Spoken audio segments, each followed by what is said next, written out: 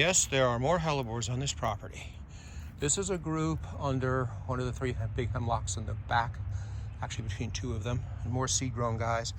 Mostly purples in here, but I've got some really nice whites. And what I like about this white one, the flowers seem to stick up a little more, or at least to the side.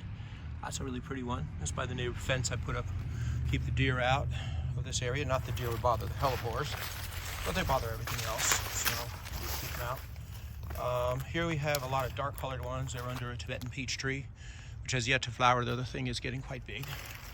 It will bloom soon. I can't wait. It's supposed to be a long-lived thing too, unlike a regular peach, and it's supposed to have a good fruit, according to my friend. Okay, here we see really dark ones. There's a whole group very similar here of all dark ones. And then over here we've got other kinds. A white, another white with light speckling, pinks. A white there by the camellia. The camellia is April Remembered or April something or other. It's one of those winter hardy groups of them. And there's a pink one there. Now this hellebore does not look good. This one looks, I forgot, frost burned, or it looks very sickly. I probably will dig it out because I don't like it. It could be sick or it could be frost nip, but why would everybody else be fine? So if it's suspicious like that, I'll take it out. You do get aphids on hellebores. That's the one test that does come around. And if it's something contagious, I don't want it here. So it's gonna have to go out. This one's a fairly chartreuse, creamy, yellowishy one. And here's another Tibetan peach tree. It's not even getting ready to bud yet. And then we have yet more hellebores. And again, over by another camellia over here. Wow, this one's grown big. Everything did great this year because it's been so little serious, heavy cold. So nothing's damaged. It's like really weird. Then we have over here snowdrops that are finishing up. We put on this area an early daffodil. And we have some more hellebores over here. Actually, there's one group here. Well, let me point out the Edgeworthia. This is a cool shrub that smells absolutely wonderful. Normally does not flower in our climate most winters unless I protect it with a big plastic sheet. It's just gotten to be too much to protect it. It did have suffer during the dry summer of 2 summers ago, and it's about half size it was. But it's set flowers and flowers. I did not protect it this year at all, and it's blooming nicely. Although it was a bigger plant at one point. We'll see how it does. That's an Elysium over there. Again, little zone pushing, but they grow fine here. This is a white hellebore. This big guy is kind of special. It always blooms early. This year it was late blooming in January, but normally this guy will flower in December, maybe even November. It's a white one, and it just seems a little earlier than everybody else. This year not as much, but I've kept an eye on it.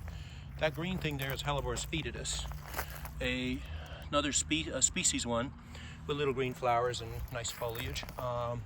It will spread though if given a chance. More hellebores here. There's that yellowish one again. And this is another one of those hybrid ones that is sterile, got it from somewhere. It's got some nice big flowers, some darker foliage, but again, I think I got it as another one I got as a gift or something. Or I might have picked one up, can't remember. This area I put plastic to protect the ferula back there. Actually, the ferula was outside no, it was in the plastic. No, it was outside the plastic, actually, I think. The cistus bush here, which is cistus brilliancy or brilliant, it got a little chip burn. That's all, probably because it was warm under the plastic, and I probably could have left it without the plastic this year, since we only get down to 15. There's some stalks there that are going to bloom, and if they came out early, that might be Charlotte or whatever with the pink flower, and beautiful English daisies blooming everywhere. Brilliancy has gotten big. I've tried to sort of ground layer it a bit to protect it in case we do have a really bad winter.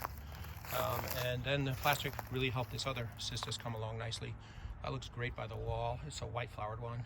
Brilliant is purple pink, hot magenta, whatever you want to call it. And there's a scilla that came out a little, kind of a doxa came out a little bit early because it was sheltered a bit, but it's fine. And there are gladiolas coming up there. That's the Byzantinus, the big flowered version. And more English daisies, which are blooming. These are unprotected, and crocus is closing up for the day.